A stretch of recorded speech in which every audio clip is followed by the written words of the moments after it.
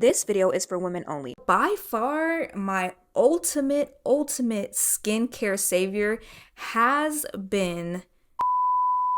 But I did want to show my early morning skincare routine because I do have seborrheic dermatitis, and in college I had a really bad outbreak. My skin was bleeding and the side of my face was turning like a grayish black.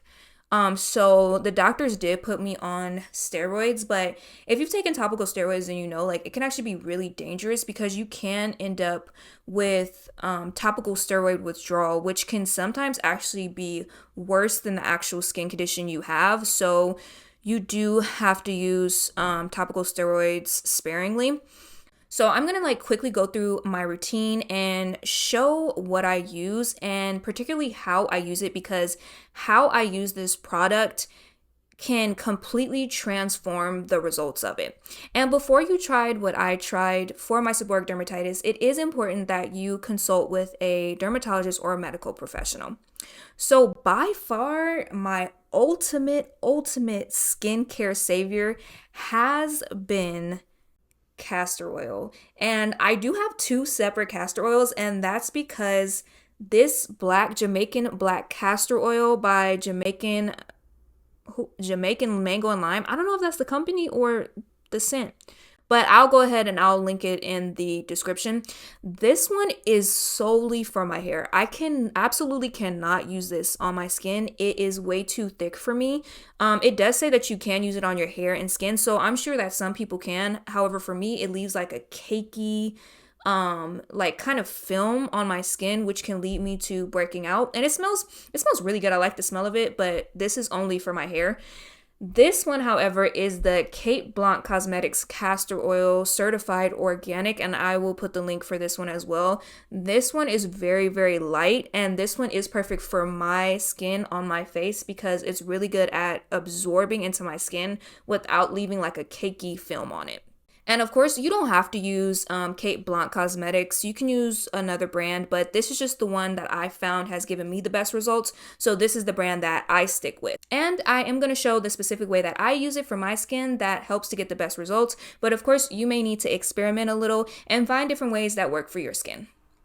Okay, so my wash routine is fairly quick, fairly easy. I'm just going to go in with my Clark Family Farms Goat's Milk Wash, and I use this on my body and my face, and this is their Oats and Honey, and I'll go ahead and link it in the description, their Etsy shop. I do also have a La Roche-Posay Hydrating Gentle Cleanser, but to be honest, I haven't noticed any major improvements using that product. My mom does use it, and she has seborrheic dermatitis, and she's seen some great results, but for me, the more natural soaps tend to work a little bit better, so that's why I stick to my goat's milk face wash. So I am just going in with the face wash and just getting that layer of dry skin off my face, and my skin is going to start to turn a little bit red, and that's not because I'm being harsh with my skin. It's just because I have really sensitive skin.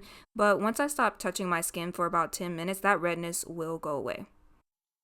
So now I'm going to just go in with my water and I'm going to just get that soap off, and after I wash the soap off of my face, I'm gonna let my face air dry. I don't use a towel to dry it, and I don't want it to completely dry because what will happen is after it dries, the dry skin will actually start to come back if I don't put that layer of oil on to lock in that moisture. So I'm gonna give it about 5 minutes and then I'll come back and then I'll put the oil on my face. Now that my skin has dried a little bit, I'm going to go in with my organic castor oil, and I only need about 1 to 2 drops using this dropper. I don't want to put too much just because I personally don't like feeling a thick layer of film on my face, and also I can develop pimples if I do put too much oil on my face. So what I do is basically start in my problem areas, so around my nose, in between my eyebrows, on my forehead, and I kind of just gently massage it in an upwards motion, and I just want to make sure that I'm getting like the crevices and certain spots where I am prone to becoming more dry throughout the day. I have to make sure I'm also really moisturizing my eyebrows because my eyebrows are kind of like a scalp in that the dry skin will start to build up at the base of where my hair grows, and I make sure to get those eyelashes. So this is after I've washed my face, I've put that oil on there. I'm just going to let it dry and give it about 15-20 minutes and then show you the results. Okay, so my face is pretty much dry now, and of course, I still have my moles and my freckles and my scars, and that's just a part of having skin. But as far as my dry skin goes, it's pretty much completely gone, and my face is moisturized, and it's gonna stay like this throughout the day. During the winter, I will sometimes have to go through and spot treat around my nose and my eyebrows, but me personally, I wouldn't add a whole other layer of oil to my face just because, like I said, I am prone to getting acne.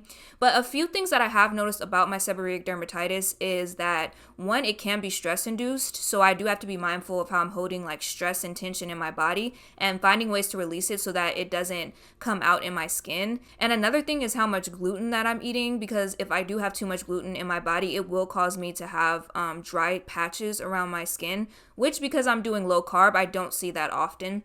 And then the last thing, which is important if you are a woman of color and or you have curly hair, is how we're treating our scalps.